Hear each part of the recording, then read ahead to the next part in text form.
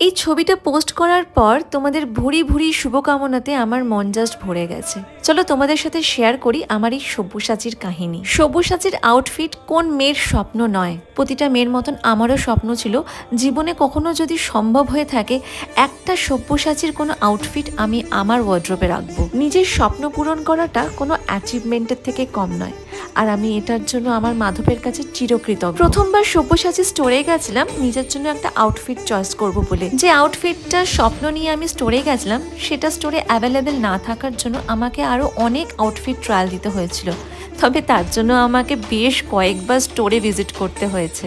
আসলে কিছু বছর অন্তর অন্তর ওদের নতুন ডিজাইন আপডেট হয় আর পুরোনো ডিজাইনগুলো আনঅ্যাভেলেবেল হয়ে যায়। ভেবেই নিয়েছিলাম আমাকে অল্টারনেটিভ কোনো পিস নিয়ে শান্ত থাকতে হবে। এমন সময় সব্যসাচী স্টোর থেকে আমার কাছে কল আসে, ম্যাম আপনার রিকোয়ারমেন্টের পিসটা অ্যাভেলেবেল হচ্ছে, আপনি কি ইন্টারেস্টেড? খবর পাওয়া মাত্রই ছুটে যাই নিজের পছন্দসই আউটফিটটা আনবো বলে। স্টোরের প্রতিটা স্টাফের এত সুন্দর ব্যবহারে আমি খুব মুগ্ধ হয়ে গেছিলাম। আর সব্যসাচী স্টোরের ডেকোরেশন নিয়ে আমি নতুন করে কি বলবো, কোনো স্বপ্নপুরীর থেকে কম ছিল না এই জায়গাটা। জানি তোমরাও আমার মতন ভীষণ এক্সাইটেড আমার ডে লুকের জন্য। খুব তাড়াতাড়ি তোমাদের সাথে শেয়ার করব আমার জীবনের এই নতুন অধ্যায়ের নতুন পাতাগুলো। কি সাথে থাকবে তো তোমরা?